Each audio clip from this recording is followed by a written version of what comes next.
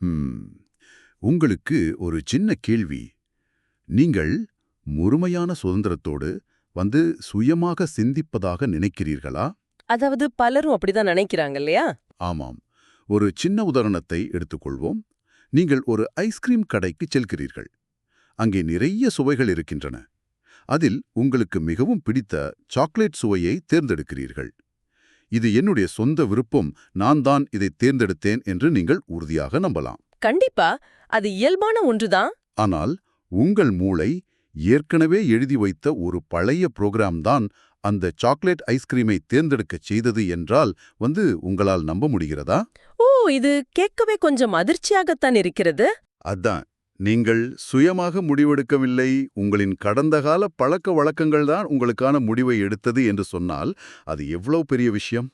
இன்று நாம் Amit கோஸ்வாமியின் quantum creativity என்ற புத்தகத்தின் ஆதாரங்களை வைத்து ஒரு மாபெரும் தேடலை தொடங்கப் போகிறோம். இது மிக முக்கியமான ஒரு புத்தகம். ஆமாம், இது வெறும் தகவல்களை பகிரும் உரையாடல் அல்ல. நமது மூளை எப்படி கடந்த காலத்தின் கைதியாக செயல்படுகிறது என்பதையும், அந்த தளைகளை உடைத்துவிட்டு முற்றிலும் புதிய ஒரு சிந்தனையை, ஒரு ஆகா தருணத்தை எப்படி உருவாக்குவது என்பதையும் இன்று நாம் ஆராயப் போகிறோம். அதாவது அறிவியல் மற்றும் உள்ளுணர்வின் அடிப்படையில இத பார்க்க போறோம், சரிதானே? மிக சரியாக. நீங்கள் இப்போது ஒரு மீட்டிங்கிற்கு தயாராகி கொண்டிருக்கலாம், அல்லது சும்மா ரிலாக்ஸாக அமர்ந்திருக்கலாம். உங்களின் தர்க்கரீதியான மூளைக்கு கொஞ்சம் ஓய்வு கொடுத்துவிட்டு இந்த புதிய பயணத்தில் இணையுங்கள். அந்த ஐஸ்கிரீம் உதாரணம் இருக்கிறதே, அது இந்த தேடலுக்கான மிக சரியான தொடக்கப்புள்ளி. பொதுவாகவே படைப்பாற்றல் அல்லது கிரியேட்டிவிட்டி என்றால் நமக்கு என்ன தோன்றும்? அது கவிஞர்களுக்கும் விஞ்ஞானிகளுக்கும் மட்டும் பிறவியிலேயே கிடைக்கும் ஒரு திறமை என்றுதான் தோன்றும். ஆமா, நாம் அப்படித்தான் நினைத்துக் கொண்டிருக்கிறோம். ஆனால் அமித் கோஸ்வாமி முன்வைக்கும் தத்துவம் இதை முற்றிலுமாக மறுக்கிறது. அவர் படைப்பாற்றல் என்பது வெறும் மூளையின் ஒரு தர்க்கரீதியான செயல்பாடு அல்ல என்கிறார். ஓ, அப்படியானால் அது என்ன? அது ஒரு மனிதனின் நனவு நிலையில், அதாவது கான்ஷியஸ்னஸில் ஏற்படும் ஒரு மாபெரும் மாற்றம். நமது சிந்தனைகள் பெரும்பாலும் ஒரு வரையறுக்கப்பட்ட வட்டத்திற்குள்ளேயே சுற்றிக் கொண்டிருக்கின்றன. சரி. இந்த வட்டத்தை உடைத்து எப்படி புதிய விஷயங்களை நாம் உருவாக்கிறோம் என்பதை புரிந்து கொள்ள முதலில் நாம் ஏன் பழைய சிந்தனைகளிலேயே சிக்கிக் கொள்கிறோம் என்பதை பார்க்க வேண்டும். ஒரு நிமிடம். நாம் சாக்லேட் ஐஸ்கிரீமை தேர்ந்தெடுப்பது எப்படி பழைய சிந்தனையாகும்? எனக்கு அது பிடிக்கும், அதனால் நான் அதை வாங்குகிறேன். இதில் என்ன புரோகிராமிங் இருக்கிறது? அதுதான் சுவாரஸ்யமான பகுதி. அதாவது யூடியூப் அல்காரிதம் மாதிரி நான் ஏற்கனவே பார்த்த வீடியோக்களை வைத்து எனக்கு பிடித்தமான வீடியோக்களை அதுவே பரிந்துரைப்பது போல மூளை செயல்படுகிறதா என்ன? யூடியூப் அல்காரிதம் என்ற உங்கள் ஒப்புமை மிக கச்சிதமானது. மூளையும் கிட்டத்தட்ட அப்படிதான் செயல்படுகிறது. நிஜமாவா? ஆமாம். நீங்கள் சாக்லேட் சுவையை தேர்ந்தெடுக்கும்போது உங்களின் அகங்காரம் அல்லது ஈகோ என்ன நினைக்கிறது என்றால், நான் ஒரு சுதந்திரமான மனிதன், பல வாய்ப்புகளிலிருந்து இதை நான் தேர்ந்தெடுத்தேன் என்று. சரி. ஆனால் உண்மையான பின்புலம் வேறு. நீங்கள் சிறு வயதிலிருந்து சாப்பிட்டு பழகிய உங்கள் நாக்கிற்கு அறிமுகமான சுவைகளின் ஒரு பெரிய டேட்டாபேஸ் உங்கள் மூளையில் இருக்கிறது. அந்த பட்டியலிலிருந்து பாதுகாப்பான ஒரு சுவையைத்தான் உங்கள் மூளை மீண்டும் எடுக்கிறது. ஓ, அப்போ அது சுதந்திரமான முடிவு இல்லையா? இல்லை. சாக்லேட் இல்லை என்றால் பட்டியலில் அடுத்திருக்கும் வெண்ணிலாவை தேர்ந்தெடுப்பீர்கள். இதை பழக்கப்படுத்தப்பட்ட எதிர்வினை என்று புத்தகம் குறிப்பிடுகிறது. இது கடந்த காலத்தின் மறுசுழற்சியை தவிர சுதந்திரமான படைப்பாற்றல் அல்ல. அப்படியானால் மனிதர்கள் புதிதாக எதையுமே உருவாக்குவதில்லையா? எல்லாமே பழைய நினைவுகளின் காப்பி தானா? நவீன அறிவியல், குறிப்பாக பொருள் முதல்வாத பார்வை இதைத்தான் நம்புகிறது. இந்த அறிவியல் பார்வை ஒட்டுமொத்த பிரபஞ்சத்தையும் மனித மூளையையும் ஒரு மாபெரும் இயந்திரமாக பார்க்கிறது. இயந்திரமாகவா? ஆமாம். ஒரு கம்ப்யூட்டரில் நீங்கள் எந்த டேட்டாவை உள்ளீடு செய்கிறீர்களோ அது தொடர்பான வெளியீடுதான் வரும். அதுபோலவே மனித மூளைக்குள் நடக்கும் ரசாயன மாற்றங்களும் வெறும் காரணகாரிய அடிப்படையில் இயங்குகின்றன என்று இந்த சிந்தனை பள்ளி வாதிக்கிறது. அவர்கள் உணர்வுகள், உள்ளுணர்வு, நனவு நிலை ஆகியவற்றை முற்றிலும் புறக்கணித்து விடுகிறார்கள். மூளை ஒரு கம்ப்யூட்டர் என்றால் படைப்பாற்றல் என்பது ஒரு மாயை. எல்லாமே ஒரு இயந்திரத்தன்மையான செயல்பாடுதான் என்பது அவர்களின் வாதம். இது கொஞ்சம் பயமாக இருக்கிறதே. நான் வெறும் ஒரு ரோபோ என்றால் மனிதர்கள் எப்படி விமானத்தை கண்டுபிடித்தார்கள்? எப்படி எலக்ட்ரிக் பல்பை கண்டுபிடித்தார்கள்? அதான் கேள்வி. எல்லாமே கடந்த காலத்தின் மறுசுழற்சி என்றால் இதுவரை உலகத்தில் இல்லாத புதிய விஷயங்கள் எப்படி உருவாகின? யூடியூப் அல்காரிதமுக்குள் சிக்கிய என்னால் முற்றிலும் புதிய ஒரு வீடியோவை எப்படி உருவாக்க முடிந்தது? இதற்கான விடையைத்தான் நாம் குவாண்டம் இயற்பியலில் தேட வேண்டியிருக்கிறது. இந்த முரண்பாட்டை உடைக்க நீல்ஸ் போர் விளக்கிய அணு மாதிரியை கவனிக்க வேண்டும். அணு மாதிரியா? அது எப்படி படைப்பாற்றலோட தொடர்பு படுகிறது? அது ஒரு பாதையிலிருந்து மற்றொரு பாதைக்கு மெதுவாக பயணித்து போவதில்லை. பின் எப்படி போகும்? அது இருக்கும் பாதையில் திடீரென மறையும். அதே கணத்தில் அடுத்த பாதையில் தோன்றும். இதற்கு பெயர்தான் குவாண்டம் பாய்ச்சல். இது இயந்திரத்தன்மையான காரண காரிய விதிகளுக்கு அப்பாற்பட்டது. கொஞ்சம் பொறுங்கள். நான் ஒரு மாடிக்கு செல்ல வேண்டும் என்றால் படியேறிதான் செல்ல வேண்டும். இதுதான் தர்க்கம். ஆமாம், நாம் அப்படித்தான் பழகி இருக்கிறோம். ஆனால் நீங்கள் சொல்வதை பார்த்தால் நான் கீழ்த்தளத்தில் நிற்கிறேன். திடீரென கண் சிமிட்டும் நேரத்தில் எந்த படிகளிலும் ஏறாமல் எந்த பயணமும் இல்லாமல் நேரடியாக மொட்டை மாடியில் இருப்பேன் என்பது போல இருக்கிறதே. இதுபோலதான் மூளைக்குள் நடக்கிறது என்கிறீர்களா? அதேதான். உண்மையான படைப்பாற்றலும் எந்த பயணமும் இல்லாத ஒரு குவாண்டம் பாய்ச்சல்தான். ஆச்சரியமாக இருக்கிறது. நீங்கள் ஒரு பிரச்சனையை பற்றி தர்க்க ரீதியாக சிந்தித்து விடை தெரியாமல் திணறிக் கொண்டிருக்கும்போது திடீரென சம்பந்தமே இல்லாமல் ஒரு புதிய புரிதல் மின்னல் போல உதிக்குமல்லமா? ஆமா, அந்த ஆஹா தருணம். கரெக்ட். அது முந்தைய சிந்தனையின் தொடர்ச்சி அல்ல, அது ஒரு தொடர்பற்ற புதிய தரிசனம். இதை விளக்குவதற்கு ஐன்ஸ்டீனின் வாழ்வில் நடந்த ஒரு சுவாரஸ்யமான சம்பவத்தை பார்க்கலாம். சொல்லுங்கள். ஒரு நேர்காணலில் அவரிடம் உங்களுக்கு எப்போது மிகச் சிறந்த சிந்தனைகள், பிரம்மாண்டமான ஐடியாக்கள் தோன்றுகின்றன என்று கேட்கப்பட்டது. அவர் தனது ஆய்வகத்திலோ பெரிய சமன்பாடுகளை தீர்க்கும் போதோ என்று சொல்லவில்லை. வேறு எப்போது என்று சொன்னார். நான் காலையில் ஷேவிங் செய்யும்போது என்று மிக சாதாரணமாக பதிலளித்தார். இந்த வேலையும் செய்யாமல் சோம்பேறியாக ஷேவிங் செய்து கொண்டோ அல்லது சும்மா உட்கார்ந்து கொண்டோ இருந்தால் பிரம்மாண்டமான ஐடியாக்கள் வந்துவிடும் என்று யாரோ தங்களை தாங்களே சமாதானம் செய்து கொள்வது போல இருக்கிறது. நான் அப்படி சொல்ல வரவில்லை. ஐன்ஸ்டைன் போன்றவர் ஒருவர் கடுமையாக உழைக்காமல் உலகை மாற்றும் சிந்தனைகளை உருவாக்கினாரா என்ன? நாம் உழைக்க வேண்டியதில்லையா? அவர் உழைக்கவே இல்லை என்று அர்த்தமல்ல. படைப்பாற்றல் செயற்பாட்டில் 2 முக்கிய கட்டங்கள் உள்ளன. ஒன்று தயாரிப்பு நிலை, மற்றொன்று உள்வாங்கும் நிலை. தயாரிப்பு மற்றும் உள்வாங்கும் நிலை, சரி. நீங்கள் ஒரு பிரச்சனைக்கான தகவல்களை தீவிரமாக சேகரிக்கும்போது உங்களின் ஈகோ வேலை செய்கிறது. ஈகோ என்பது ஒரு செக்யூரிட்டி கார்டு போன்றது. அது எல்லாவற்றையும் தர்க்க ரீதியாக ஆராயும். பழைய டேட்டாக்களை மட்டுமே சரிபார்க்கும்.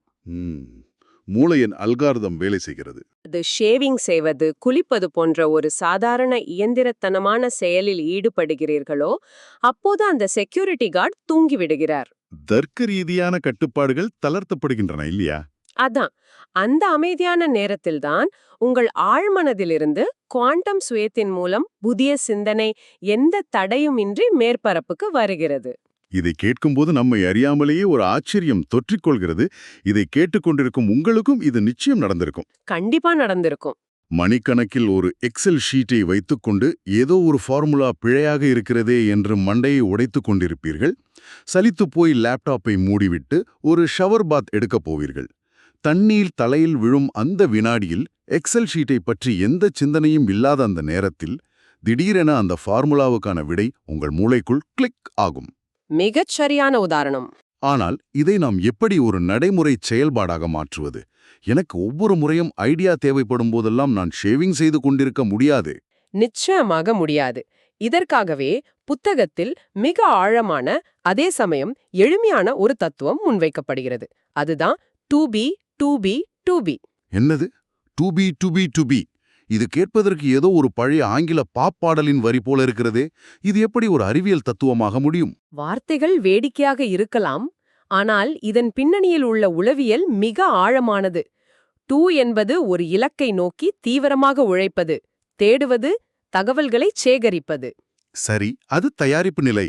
ஆமாம், இந்த நேரத்தில் உங்கள் மூளை பீட்டா அணைகளில் மிக வேகமாக செயல்பட்டு கொண்டிருக்கும். ஆனால் இது மட்டுமே போதாது. அடுத்தது பி. பீயிங் என்பது அந்த தேடலை அப்படியே முழுமையாக கைவிட்டுவிட்டு எந்த முடிவுகளையும் எதிர்பார்க்காமல் அமைதியாக இருப்பது. ஓ, அந்த ஷேவிங் செய்யும் நேரம் போல. அதான், இந்த 2 மற்றும் பி இரண்டும் மாறி மாறி நிகழ வேண்டும். இதை விளக்க தாமஸ் எடிசனின் வாழ்க்கையில் நடந்த ஒரு அற்புதம் சொல்லப்படுகிறது. எடிசன் என்ன செய்தார்? எடிசன் ஒரு தீவிரமான பிரச்சனைக்கு தீர்வு காண திணறும் போதெல்லாம் தனது நாற்காலியில் சாய்ந்து அமர்ந்து கொள்வார். தனது 2 கைகளிலும் 2 இரும்பு பந்துகளை பிடித்துக்கொண்டு கைகளை நாற்காலியின் விளிம்பில் தொங்கவிட்டபடி மெதுவாக உறங்கத் தொடங்குவார். 1 நிமிடம் இரும்பு பந்துகளா? ஆமா, அவர் ஆழ்ந்த உறக்கத்திற்குச் செல்லும்போது கைகளின் பிடி தளர்ந்து அந்த இரும்பு பந்துகள் கீழே உள்ள தட்டுகளில் விழுந்து பெரும் சத்தத்தை எழுப்பும். அதப்படி அவர் ஏன் தூங்க வேண்டும்? பந்து கீழே விழுந்து சத்தம் கேட்டால் அவர் முழித்துக் கொள்வார் அல்லவா? நிம்மதியாக தூங்கவும் முடியாமல் முழித்திருக்கவும் முடியாமல் இது என்ன ஒரு விசித்திரமான பயிற்சி! அவர் சாதாரணமாக ஒரு காஃபி குடித்துவிட்டு ரிலாக்ஸ் செய்திருக்கலாமே. இங்கேதான் மூளையின் அலைவரிசைகளைப் பற்றிய சூட்சுமம் ஒளிந்திருக்கிறது. விழித்திருக்கும்போது நமது தர்க்க மனம் மிகச் சுறுசுறுப்பாக இருக்கும். அது பீட்டா நிலை. சரி. ஆழ்ந்து தூங்கும்போது அது முற்றிலுமாக அணைந்துவிடும். அது டெல்டா நிலை. ஆனால் விழிப்புக்கும் உறக்கத்திற்கும் இடைப்பட்ட ஒரு மயக்க நிலை இருக்கிறது, தெரியுமா? பாதி தூக்கம் பாதி விழிப்பு. அதுதான் தீட்டா நிலை. இந்த நிலையில்தான் நமது ஈகோவும் அதன் செக்யூரிட்டி கார்டும் முற்றிலுமாக கட்டுப்பாட்டை இழக்கிறார்கள். பழைய பழக்க வழக்கங்கள் என்ற கூண்டு திறக்கப்படுகிறது. வாவ்! அப்போ அந்த செக்யூரிட்டி கார்டு இல்லாத நேரம் அது. ஆமாம், ஒன்றுக்கொன்று சம்பந்தமே இல்லாத பல சிந்தனைகள், குவாண்டம் சாத்தியக்கூறுகள் அந்த வெளியில் இணையத் தொடங்குகின்றன.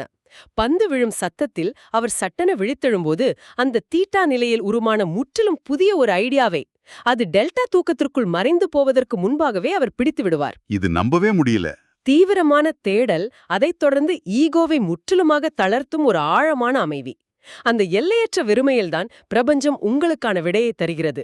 வாத்தியார் வகுப்பெடுக்கும்போது பின்வரிசையில தூக்கம் வரும் அல்லவா? அந்த அரை தூக்க நிலையை எடிசன் எவ்வளவு அழகாக பயன்படுத்தி இருக்கிறார் பாருங்கள். ஆமாம், மிகவும் புத்திசாலித்தனமான அணுகுமுறை. நீங்கள் ஒரு பெரிய ப்ராஜெக்டில் மாட்டிக்கொண்டு தவிக்கிறீர்கள் என்றால் முதலில் உங்களால் முடிந்தவரை உழையுங்கள். ஆனால் பின்னர் அதை அப்படியே தூக்கி போட்டுவிட்டு ஒரு நடைப்பயிற்சி செல்லுங்கள் அல்லது அமைதியாக இருங்கள். அந்த பீயிங் நிலையில்தான் விடைகள் உங்களை தேடி வரும். கண்டிப்பா. சரி, இதுவரை நாம் கண்டுபிடிப்புகள், புதிய ஐடியாக்கள் பற்றி பேசினோம். இந்த தத்துவங்களை வைத்து நாம் புதிய மென்பொருளை உருவாக்கலாம் அல்லது ஒரு வியாபார யுக்தியை கண்டுபிடிக்கலாம். ஆனால் கிரியேட்டிவிட்டி என்பது வெளி உலகை மாற்றுவதற்கான ஒரு கருவி மட்டும்தானா? இல்ல, அது வெறும் தொடக்கம்தான். நான் ஒரு பெரிய விஞ்ஞானி இல்லை. நான் ஒரு சாதாரண மனிதன். எனக்கு இந்த குவாண்டம் கிரியேட்டிவிட்டி எப்படி பயன்படும்? இது மிக ஆழமான ஒரு முக்கியமான பரிணாமம். உலகம் எப்போதும் வெளிப்புற படைப்பாற்றலை மட்டுமே கொண்டாடுகிறது.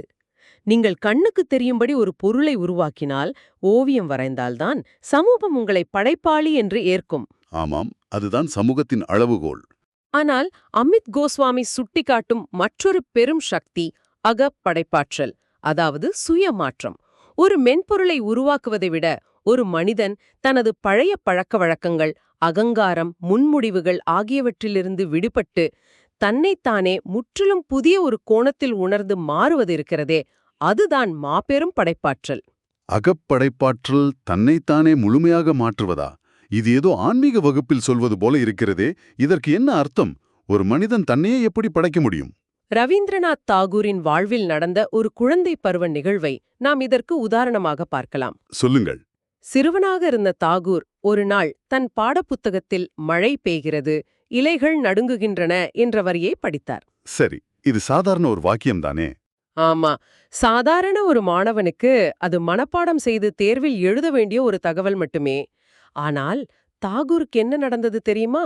அந்த வரியை படித்த மாத்திரத்தில் அவர் உள்ளே ஒரு பிரம்மாண்டமான குவாண்டம் பாய்ச்சல் நிகழ்ந்தது. அப்படியா? என்ன உணர்ந்தார் அவர்? அந்த வார்த்தைகள் வெறும் தகவல்களாக இல்லாமல் இயற்கையோடு அவர் ஒன்றிணையும் ஒரு முழுமையான தரிசனமாக மாறியது. அந்த வினாடியில் வாசிப்பவன் என்ற அவரது ஈகோ அழிந்து பிரபஞ்சத்தின் தாளத்தோடு அவர் தன்னை இணைத்துக் கொண்டார். ஓ! வெறும் தரவுகளை தாண்டி பிரபஞ்சத்தோடு நம்மை இணைக்கும் ஒரு ஆழமான அர்த்தமே படைப்பாற்றலின் உச்சம். அதாவது இது எப்படி இருக்கிறது என்றால், ஒரு சமையல் குறிப்பை படித்துவிட்டு பரீட்சை எழுதுவதற்கும் அந்த உணவை நாமே சமைத்து ருசிப்பதற்கும் உள்ள வித்தியாசம் போல.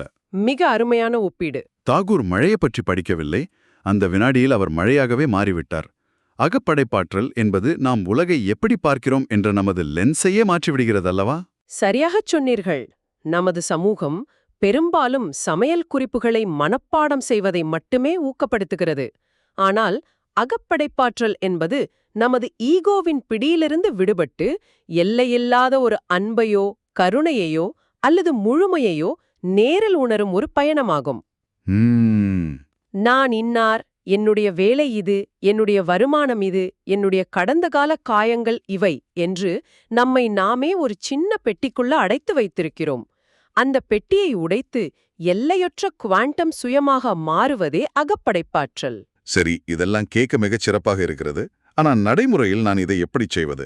என்னிடம் 30 வருடங்களாக சேர்த்து வைத்த நம்பிக்கைகள், அனுபவங்கள், கோபங்கள் என மூளை முழுக்க டேட்டா நிரம்பி வழிகிறது. அதுதான் சவால். இதை நான் நினைத்த மாத்திரத்தில் எப்படி அழித்துவிட்டு தாகூரை போல மாற முடியும்? இது ஒரு கடினமான சவால்தான். இதை தாண்டுவதற்கு ஒரு குறிப்பிட்ட மனநிலை தேவைப்படுகிறது. அதை தொடக்கநிலை மனம் என்று ஜென் தத்துவங்கள் கூறுகின்றன. தொடக்கநிலை மனம்? ஆமாம். இதை விளக்க ஒரு அற்புதமான கதை இருக்கிறது. ஒரு முறை ஒரு பெரிய தத்துவ பேராசிரியர் ஒரு ஜென் துறவியை சந்தித்து அவரிடம் தத்துவம் கற்க வந்தார். துறவி பேராசிரியருக்கு தேநீர் அருந்த கொடுத்தார். சரி. துறவி தேநீரை கோப்பையில் ஊற்றிக்கொண்டே இருந்தார். கோப்பை நிரம்பிய பின்பும் அவர் நிறுத்தவில்லை. தேநீர் வழிந்து மேஜை முழுவதும் கொட்டியது. ஐயோ, பேராசிரியர் என்ன செய்தார்? பதறிப்போன பேராசிரியர், என்ன செய்கிறீர்கள்? கோப்பை நிறைந்துவிட்டது, அதற்கு மேல் ஒரு சொட்டு கூட அதில் இறங்காதே என்று கத்தினார். இது நம்மில் பலருக்கும் நடப்பதுதான். நமது கம்ப்யூட்டர் ஹார்ட் டிரைவ் 100% நிரம்பி இருக்கும்போது புதிதாக ஒரு சாஃப்ட்வேர் இன்ஸ்டால் செய்ய முடியாதல்லவா? முதலில் பழைய ஃபைல்களை அழிக்க வேண்டும். துறவி என்ன சொன்னார்? துறவி மிகவும் அமைதியாக பேராசிரியரை பார்த்து, உங்களது மனமும் இந்த கோப்பையைப் போலத்தான், பழைய கருத்துக்களாலும் உங்களுக்கு எல்லாம் தெரியும் என்ற அகங்காரத்தாலும் நிறைந்துள்ளது. உங்கள் மனதை காலி செய்யாமல் உங்களால் எப்படி புதிதாக எந்த ஒரு உண்மையையும் உள்ளே அனுமதிக்க முடியும் என்று கேட்டார். எவ்வளவு ஆழமான வார்த்தைகள்! படைப்பாற்றலுக்கு தேவையான முதல் விஷயமே இதுதான். எனக்கு எல்லாம் தெரியும் என்ற தர்க்கரீதியான பாதுகாப்பை விட்டுவிட்டு ஒரு சிறு குழந்தையைப் போல எதுவுமே தெரியாத அறியாமையை ஏற்றுக்கொள்வது. கோப்பை நிரம்பி இருக்கும் வரை புதிய தேநீருக்கு அங்கே இடமில்லை. பழைய சாஃப்ட்வேர் அன்இன்ஸ்டால் செய்யாமல் குவாண்டம் உலகத்திற்குள் நுழைய முடியாது. இதைவிட ஆழமாக இந்த புத்தகத்தில் வேறு எந்த உதாரணமாவது இருக்கிறதா? இருக்கிறது. புத்தரின் சீடரான சுபூதி பற்றிய ஒரு அழகான குறிப்பை அமித் கோஸ்வாமி பகிர்கிறார்.